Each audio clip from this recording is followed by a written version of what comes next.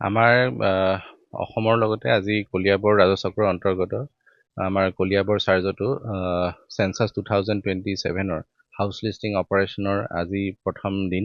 ইয়াৰ আগতে আমাৰ চেল্ফ ইনুমাৰেশ্যনৰ কাম সম্পন্ন হৈছে আৰু আজি আমাৰ ৰেভিনিউ চাৰ্কুলত 228খন গাঁও ভিতৰত আমি 429টা আমি হাউচ লিষ্টিং ব্লক HLB আমি ক্ৰিয়েট কৰা হৈছে।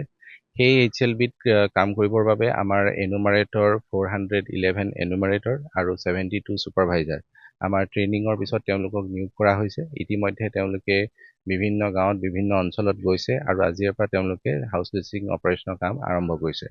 এতিয়া আমি বৰ্তমান উপস্থিত আছোঁ মাধৱদাৰী গাঁৱত আৰু ইয়াত আপোনালোকে দেখিছে যে আমাৰ এনুমাৰেটৰ ছুপাৰভাইজাৰ গাঁও প্ৰধান স্থানীয় লোক সকলোৰে সহযোগিতাত আজি আমাৰ এই চেঞ্চাছ 2027ৰ হাউচ লিষ্টিং অপাৰেশ্যনৰ কাম শুভাৰম্ভ হৈছে।